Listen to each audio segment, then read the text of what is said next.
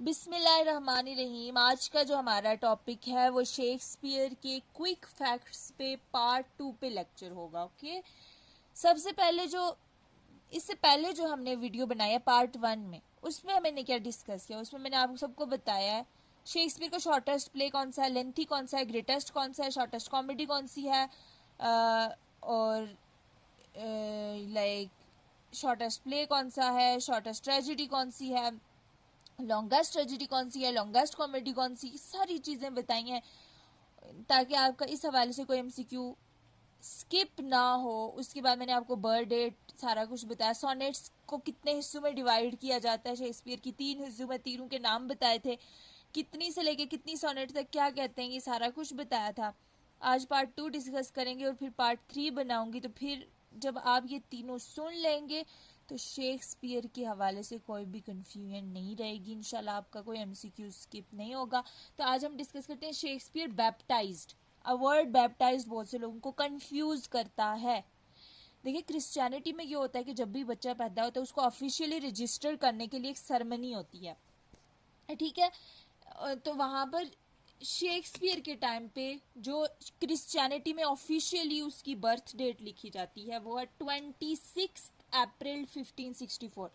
I don't say कि आपको बाकी राइटर्स या बाकी पोइट्स की जो बर्थ डेट है वो याद रखने की ज़रूरत है, ये आप याद रखें, लेकिन ये इतना बड़ा किंग है कि आप इसकी बर्थ डेट मत भूलना, ये बहुत इंपॉर्टेंट है, पूछी जाती है अक्सर। अच्छा, ये तो आपने याद रखना ही है, 26 अप्रैल 1564। साथ में मैं आपको ये भी बता देती हूँ कि जो क्रिस्टोफर मार्लो है ना वो भी इसी डेट को पैदा हुआ है। दो लेजेंड्स जो हैं एलिजाबेथन एज के, दोनों लेजेंड्स 1564 में पैदा हुए। बॉर्न इन कौन सी जगह पे पैदा हुए हैं, तो ये Stratford upon Avon plus place of death. मैंने प्लेस ऑफ डेथ क्यों लिखा है, क्योंकि मरा भी ये यहीं पे है, पैदा भी ये यहीं पे हुआ है। बहुत इजी है याद रखना, क्योंकि शेक्सपियर को बार्ड ऑफ एवॉन भी कहते हैं। मैंने पिछली वीडियो में बताया था, बार्ड का मतलब पोएट होता है, एवन जो जगह थी जहाँ पे ये पैदा हुआ था, जहाँ पे ये मरा था। तो जब आपको बार्ड ऑफ एवन शेक्सपियर का टाइटल आता है तो फिर ये भी आपको भूलने की ज़रूरत नहीं है, एवॉन वहीं से है। एवॉन क्यों कहते हैं, क्योंकि यहाँ पे पैदा हुआ था। डाइड ऑन 26 अप्रैल को पैदा हुआ 1564 को, 23 अप्रैल को इसकी डेथ हो गई, लेकिन ईयर आपने जरूर याद रखना, 1616। फादर इसके जो थे वो जॉहन शेक्सपियर थे, मदर जो थी वो मैरी शेक्सपियर है। ये कोई इतने डिफिकल्ट नेम नहीं है कि आपको याद ना हो। स्पाउस जो थी वो एनी हाथावे थी। अच्छा, अगर आपको ये नहीं याद हो रहा कि लाइक इसकी जो वाइफ थी उसका क्या नाम था, तो आप यूँ याद रखें कि इसके हाथ बटाने वाली जो थी वो कौन थी, हाथ बटाने वाली जो पार्टनर होता है वो कौन होता है, एनी हाथावे। हाथावे से याद रख लें। पिछली वीडियो में ना आपको क्लू बताया था कि ये ईयर को कैसे याद रखना है, 1582। इसको कैसे याद रखना है, 82। देखिए, मैंने आपको बताया था कि इनकी शादी 1582 में हुई थी। तो हमारी ज़बान में, उर्दू ज़बान में शादी को ब्याह भी कहते हैं, तो 82 आप याद रख लेंगे, 1582 में इसका ब्याह हुआ था, बस इतनी याद रख। हैमनेट कब मरा था, मैंने पिछली वीडियो में आपको बताया था कि इसके कितने किड्स हैं, 3 थे। उसमें से जो थी वो इलेजिटिमेट सुसामा थी, ठीक है। सुसाना जो थी वो बॉर्न हुई थी 1583 में, मई में, लेकिन मैंने आपको बताया नवंबर 1582 में इसकी शादी हुई।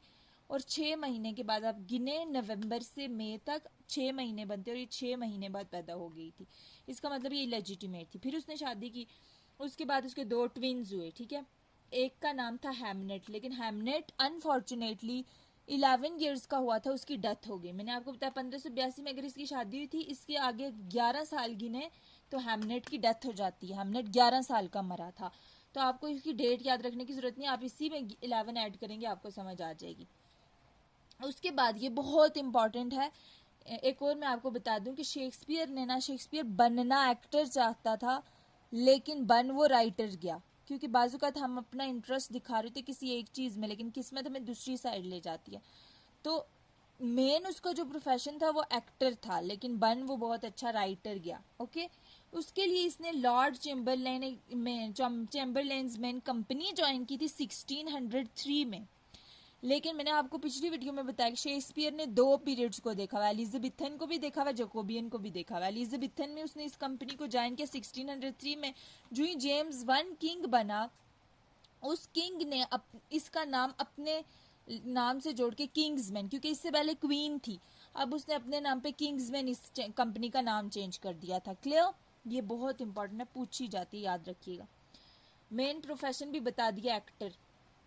शेक्सपियर ने इतना काम किया ना कि इसने इतनी कोटेशंस दी हैं, इतना ज़्यादा लाइक पोम्स, 2 नैरेटिव पोम्स लिखी हुई, 154 सोनेट्स लिखी हुई हैं, इतना कुछ किया हुआ। तो इसने कितने वर्ड्स दिए हैं डिक्शनरी को, इंग्लिश डिक्शनरी को 3000 वर्ड्स दिए हैं। ये भी एक जगह पूछा गया था एमसीक्यूज। अब थिएटर जो था ना, थिएटर वो होता है जहाँ पर प्लेज परफॉर्म करते हैं, तो इससे बहुत सारे क्वेश्चंस आते हैं। मैंने यहाँ पे बताती हूँ। ग्लोब थिएटर जो था, देखें, सबसे पहले इसने ये कंपनी ज्वाइन की थी, सबसे पहले इसने थिएटर बनाया था 1599 में। ये आपने डेट याद रखनी है, उसके बाद इजी रहेगा। लेकिन अनफॉर्चुनेटली शेक्सपियर जब अपने प्ले परफॉर्म कर रहा था, मैंने बताया ना थिएटर में प्ले परफॉर्म होते हैं, अपना हेनरी 8 जो प्ले है वो परफॉर्म कर रहा था 1613 के अंदर, तो ये जल गया था। ठीक है, थिएटर जल गया था। ये बात याद रखने, कौन सा प्ले उस टाइम परफॉर्म हो रहा था? हेनरी 8, ये पूछा जाता है। अब ये जल गया 1613 में, तो 1 साल बाद दोबारा रिकॉन्स्ट्रक्ट हुआ 1614 में। लेकिन पुरिटन्स जब आए, ठीक है, पुरिटन्स आए, मैंने आपको बताया था पुरिटन्स जो थे वो थिएटर के बिल्कुल खिलाफ थे, वो इसको इमोरल थिंग कंसीडर करते थे। पुरिटन आए 1642 के अंदर, तो उन्होंने ये बंद करवा दिया। 1644 के अंदर उन्होंने बिल्कुल इसको खत्म कर दिया, हो गया। उसके बाद ग्लोब थिएटर की एक और बात याद रखनी, इसका निक नेम जो है वो वुडन ओ है, ठीक है, लकड़ी का बना था, जल गया था, इस तरह याद रखने। लाइड नियर, अब ये कौन से रिवर के पास है? थॉमस रिवर, ठीक है, ये बहुत इंपॉर्टेंट है, बहुत ज्यादा। रिवर कौन सा था, किसके पास है? Thomas river. उसके बाद शेक्सपियर दफन कहाँ पे हुए? मैंने आपको बोला ये मरे जो थे ना, वो स्टैन्सफोर्ड फोर्ट एवन में ही इनकी डेथ हुई थी। वो कौन सा विलेज था? वारविकशायर। और होली ट्रिनिटी चर्च में इनकी जो है वो कब्र है। क्लियर? तीनों प्लेसेस याद रखनी है। एक तो आपको याद है ही, गांव कौन सा था, जगह कौन सी थी, कौन से रिवर के पास, ये सारी चीजें याद रखनी पड़ेंगी। ये साइड क्लियर हो गई। 37 प्लेज लिखे हैं, लेकिन ये नहीं पता कि कॉमेडीज कितनी है, ट्रेजेडीज कितनी है, रोमांस प्लेज कितने, प्रॉब्लम प्लेज कितने, जो कि अक्सर पूछा जाता है। डार्क कॉमेडीज कितनी है? वैसे तो कॉमेडीज 14 हैं, लेकिन 2 और अगर हम डालें तो 16 हो जाती हैं। कौन सी 2? Dark comedies, Measure for Measure dark comedy, और All's Well That Ends Well dark comedy है, ठीक है। प्रॉब्लम प्लेज जो है वो हमारे पास 4 हैं। Measure for Measure problem play भी है, डार्क कॉमेडी भी है, All's Well and Well dark comedy भी है, प्रॉब्लम प्ले भी है, लेकिन ये 2 भी प्रॉब्लम प्लेज हैं। Troilus and Cressida, the winters tell. Clear? ये बात भी खत्म हो गई। ये बहुत इंपॉर्टेंट है, ये बॉक्स। फर्स्ट फोलियो कब पब्लिश्ड हुआ था शेक्सपियर का, जिसमें 36 प्लेज थे 1623 के अंदर। सेकेंड फोलियो इसी 23 को उल्टा करो, 32 लिख दो 32 के अंदर। थर्ड फोलियो 1663 के अंदर, और फोर्थ फोलियो 1685 के अंदर। ये जहन में रखिएगा। रोमांस प्लेज कौन से थे? लास्ट पे जाके अपनी जिंदगी में उसने रोमांस प्लेज लिखना शुरू किए। Pericles, Cymbeline, the winters tell. Clear? ये याद रखने वाली चीजें हैं ताकि एमसीक्यूज को स्किप ना हो। क्लियर? उसके बाद प्लेस जो फर्स्ट फोलियो के अंदर नहीं थे, पेरिकल्स था, द 2 नोबल किंग्समैन था।